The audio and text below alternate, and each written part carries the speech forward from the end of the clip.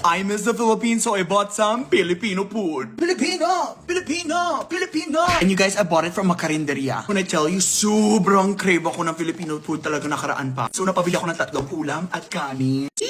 And then, kanin! Bakit hindi green? Saglit lang, initin ko lang. Eto na! Medyo umuusok pa. Pork adobo. Pork adobo na may itlog pugo. Kaldereta. Halatang-halata naman na binawasan ko na. Hindi ako makaintay eh. At dinuguan. Tara, lafang. Unahin ko muna yung adobo kasi paborito ko to. Tingnan niyo yung adobo, mataba-taba pa talaga. Grabe, grabe. Ito na ang pinakahintay ko. Kanin at adobo. Ikaw muna sumubo. Dalihan mo. Cheers.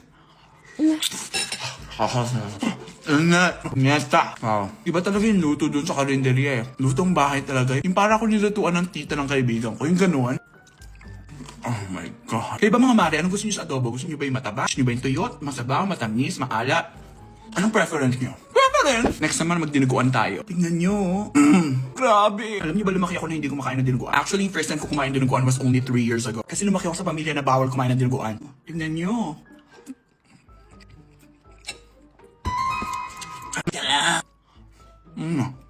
Ito na tayo sa isa sa mga pinakapaborito ko. Nagmamantigang kaldereta. Tingnan nyo guys, so tingnan. Oh my God. Lagyan natin siya sa kanin.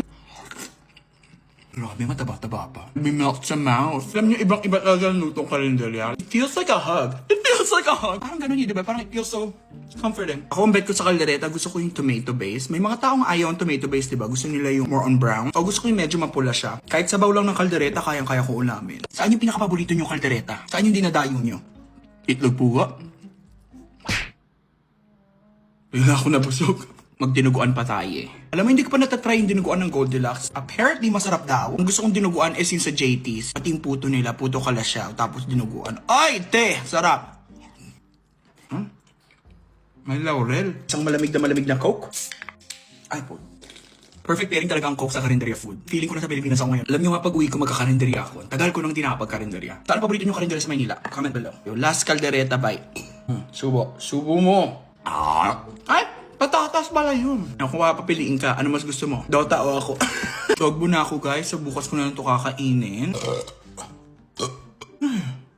Parang may lalabas na kapre sa bunganga ko ah.